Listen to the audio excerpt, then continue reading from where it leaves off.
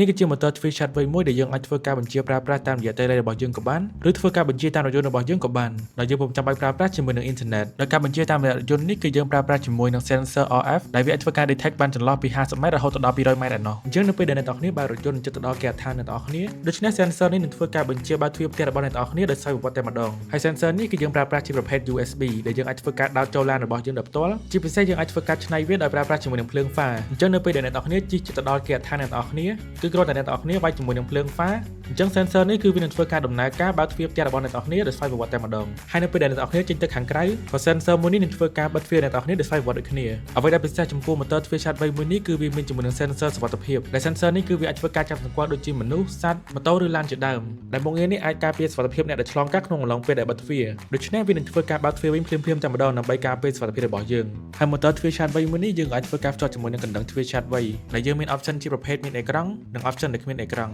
ហើយក្នុងនោះយើងក៏មានជា brand Tuya និង brand Tahoe ជាមួយនឹង option ដែលមានអេក្រង់បញ្ជាគឺយើងអាចធ្វើការដំឡើងអេក្រង់ជាច្រើននៅក្នុងបន្ទប់ផ្សេងៗ